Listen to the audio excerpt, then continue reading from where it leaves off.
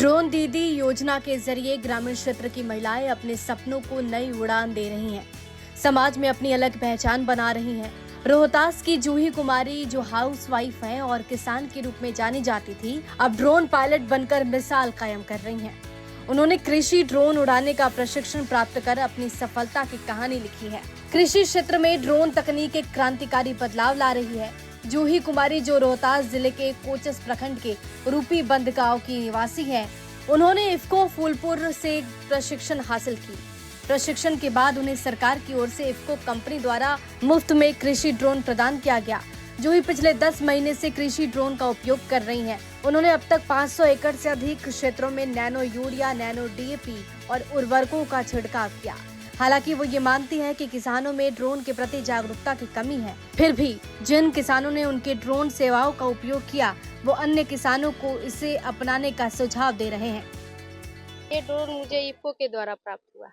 इसका मुख्य पर्पस है नैनो यूरिया, डीएपी से एग्रीकल्चर का छिड़काव करना, जिससे हम लोगों के बीच में जाते हैं और छिड़काव करते हैं। अपने गाड़ी द्वारा जाते हैं लोग। किसान सलाहकार ऐप है एक, उस पे भी ये तो करते हैं, बुक करते हैं, नहीं तो हम लोग काट देते हैं, उससे भी बुक करते हैं और लोग बुलाते हैं, हम लोग छिड़काव करने जाते हैं। इसका रेंज है प्रति 300 एकड़। एक दिन में कितना? एक दिन में हम लोग 50 बीघा छिड़काव कर लेते हैं 50 बीघा। जी। और इसका ये मतलब इसे ड्रोन से ये फायदा है कि हम लोग 10 से 12 लीटर में मान के चलिए 1 एकड़ का छिड़काव कर लेते हैं जी। और समय का भी बचत, 7 मिनट में 1 एकड़ का छिड़काव हो जाता है।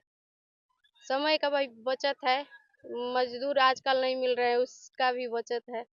ये तो गर्व की बात है कि हमारी जो वाइफ है, पत्नी है, वो रोहतास जिले की प्रथम महिला ड्रोन पायलट है और इसमें हमारा सहयोग उनके साथ पूरा भरपूर है। और रही बात, गांव घर है जो कि पहले थोड़ा संकुचित था महिलाओं के लिए, लेकिन अब गांव घर में भी सबका मन बदल चुका है कि महिलाएं आत्मनिर्भर हो सकती हैं।